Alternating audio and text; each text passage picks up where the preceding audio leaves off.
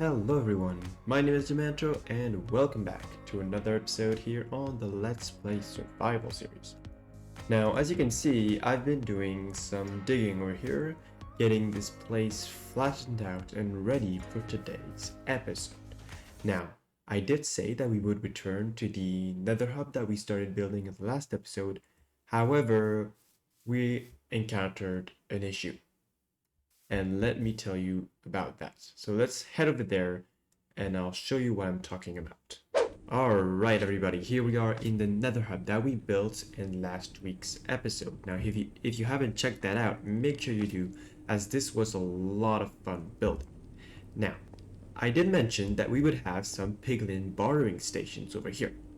However, piglin bartering stations means you need a large storage system to put the items in these chests as well as these chests. And to make a storage system, you need iron or water transportation or slime block item transportation, one of the three. Now, water is not an option in the nether, and slime blocks I do not have any at the moment, so we're gonna have to use hoppers. But I do not have a big supply of iron. I actually used already quite a lot on even just the 9 hoppers that we use on the gold farm over there. So we're gonna have to build an iron farm in today's episode to be able to collect a large amount of iron to make a large amount of hoppers for all of this storage system. Thankfully, I did get a lot of wood from clearing out that jungle, so the wood is not a problem. So let's actually head back over there, over to the jungle, and I'm going to show you what we're going to be doing in this episode. Now, in this episode, we're going to be building the first main industrial building, which is going to take up this entire space right here. For the theme, we're actually going to be going for a European industrial themed classic factory building using a lot of bricks and a lot of other actually cool blocks that you guys will see. I've got a great build plan for this episode. Now the plan for the rest of this island is actually to just pretty much have this entire European factory theme go throughout this first island, and then over there we're gonna have a bridge that bridges from here all the way to that second island, and that island is going to be the city part. So we're gonna have English / European themed island with a lot of like Victorian style buildings, I'm thinking, and then on the third island is going to be our base. So we're going to be able to go all out on that and build an amazing base pretty much. Now, for the iron farm, we're going to need some villagers. Now, who says villagers means we need to find some and also breed them to be able to use in the iron farm. So I've actually started digging out a space right here on that island to build that exact breeder. So let's actually head over there and I'm going to show you what I have done.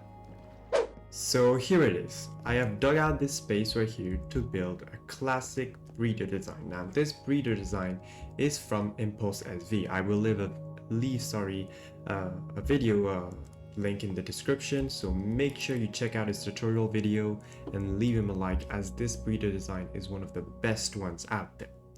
What we're going to start by doing in this episode is actually building out the breeder, getting the cell ready over here, breeding cell, and then we're going to head out, find a village, and get some villagers back here so we can start breeding them and using them for not only our iron farm but other projects in the future, like villager trading halls. So let's actually go ahead and build out this design. Alright, all the resources have been collected, so let's just get right into it. We're going to start by placing all the dirt. This is going to be for the tilled soil. So let's go.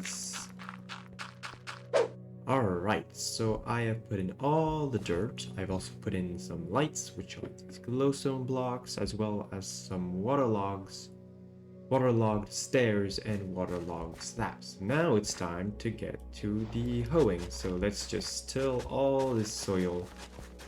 There we go, all the soil is tilled, and now we're gonna need to put in some glass. Now, for those of you that don't know how this farm works, basically we're gonna have a villager, which is gonna be a farmer because we have a composter right here, and this farmer is gonna be farming all the carrots that we're gonna be putting in this farm. The carrots we're gonna get from the village that we're gonna go explore later. And he's actually gonna be throwing those carrots at two villagers which are gonna be in a breeder. By throwing those carrots at the villager, he will actually initiate the breeding process, and the villagers will make babies which will fall below. So this is how this breeder works. So it acts as a villager breeder and also as a carrot farm, because the farmer is always producing a lot more carrots than is actually needed. So this doubles as a carrot farm, which is going to be amazing for making golden carrots later on. Alright, so let me finish making... So there we go, I've got some glass in. Now we're actually going to be putting the carrots... Actually, let me remove that, and we're going to be putting the carrots, sorry, when we get them. So now it's time to build the villager breeding cell over here. Alright, there we go. The breeding cell is complete. I did run out of glass right here, but I will fix that trapdoor and exchange it for a glass block later on. Now, what we need to do is get two villagers into this middle section, in this breeding cell, and also get another villager which is going to claim the composter right here and put him in this middle section. However, we do not have any villages or any villagers nearby, so I'm actually going to go exploring and try to find a village. Alright guys, so I'm pretty much south of the island. I've traveled a bit in boat and I've just reached a village, and this village is right next to water. So this is perfect because we're actually going to be able to get our villagers in a boat and then bring them back home. And there we go, we've got our first villager. Let's get you. Oh my god. Okay, he's gonna be annoying. Anyway, I'm gonna get a villager in the boat and we're gonna start bringing these guys, back to our house. And I don't know if he is a nitwit or not. I am not sure. Right, I'm gonna have to figure this out.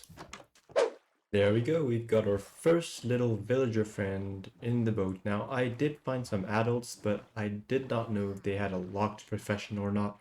So just to be safe, I got some of these babies, which will grow up pretty soon. So anyway, I did not find any carrots, however, so we'll probably have to find another village just for those carrots. We do have potatoes, but potatoes are not the best because we don't get golden carrots. Anyway, I will probably be using carrots if I find some. If I don't, then there'll be potatoes. Alright, here is villager number 2. I kid you not, these guys are a pain to work around. Like, look, the other one went all the way to that other island. I couldn't get him in a boat. I had to use the minecarts. Like, it's a real pain working with villagers. So, anyway, I'm gonna get the second one in. I think what I'm gonna do is dig a hole, get the boat in the hole. If I can, let's try to push this boat. Right. Let me get in the boat. There we go. I'm going to dismount the boat. And now I'm going to fill this back in. And then now break the boat. And then trap in like that. Then get some minecarts in here. Get a minecart, and there we go. He's in the minecart. This is a lot easier than the other way. This doesn't take forever. Alright, there we are, villager number 3. Let's get him in the hole. Now, I did stumble across another village, and I got 8 carrots right here, and some more loot. I got some hay bales, some emeralds, and some apples, which is it's good stuff, good stuff. And down you go. Alright, let's actually join him down there. There should be 2 guys down there. A little dude. And then a big man. Alright, now we need to get these guys in here.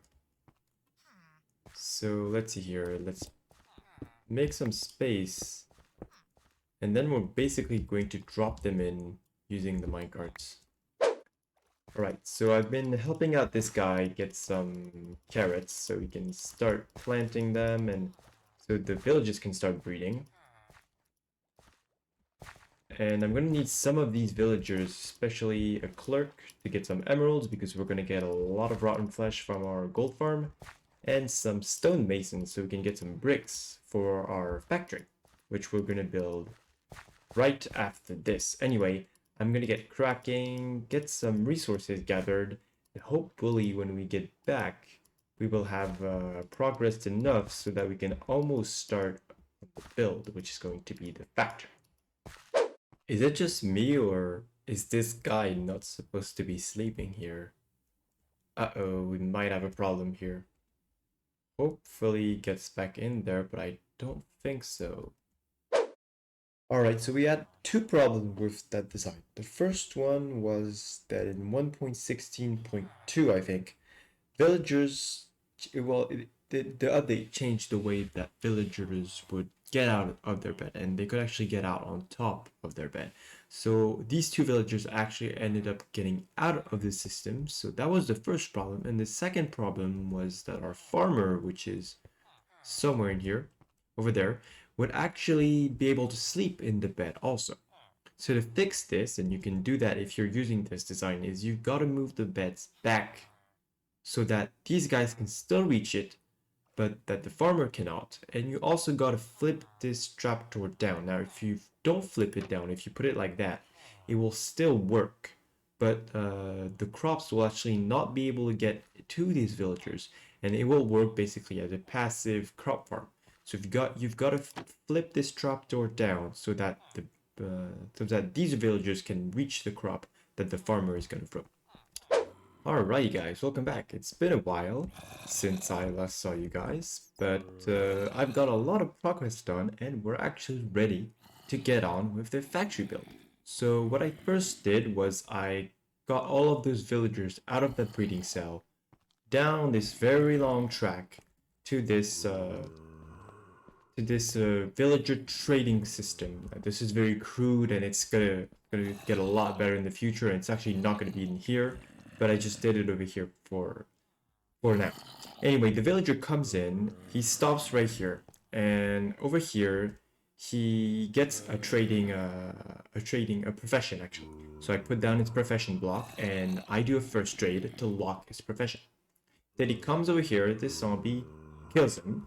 I then press the button right like this to get him over to this next station. This is where I cure the zombie, and then if he has good prices, then I can send him over this way. So over here I have my clerics, which you can see are down like very low. This was a 1, it's now a 2. Then we have our other trades, for especially for bricks. That was the main one we needed. Anyway, if the trades are not good enough, then I will send him around back onto this track, and then from this track I will send him back around to get zombified again, and the process goes on and on and on until I have some good trades.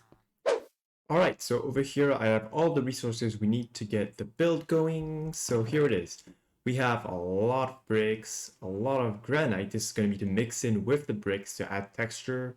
We have stone bricks, mossy stone bricks. We have a lot of leaves, some glass panes, and as well as some green terracotta for accent colors. Anyway, I believe that it's now time to get the time-lapse rolling, so let's go. You guys should be hearing the music, and let's get the time-lapse rolling.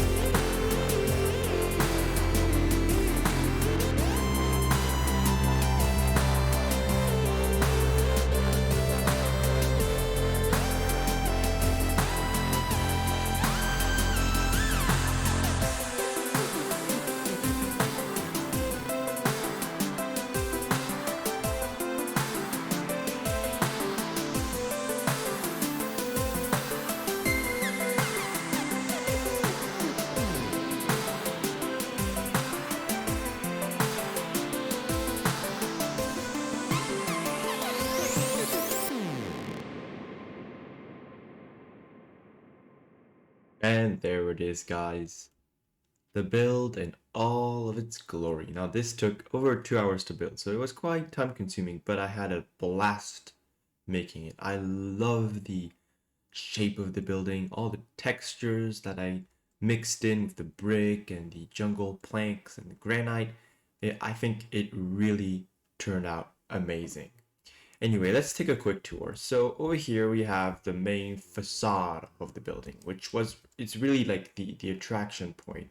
It's where you look at.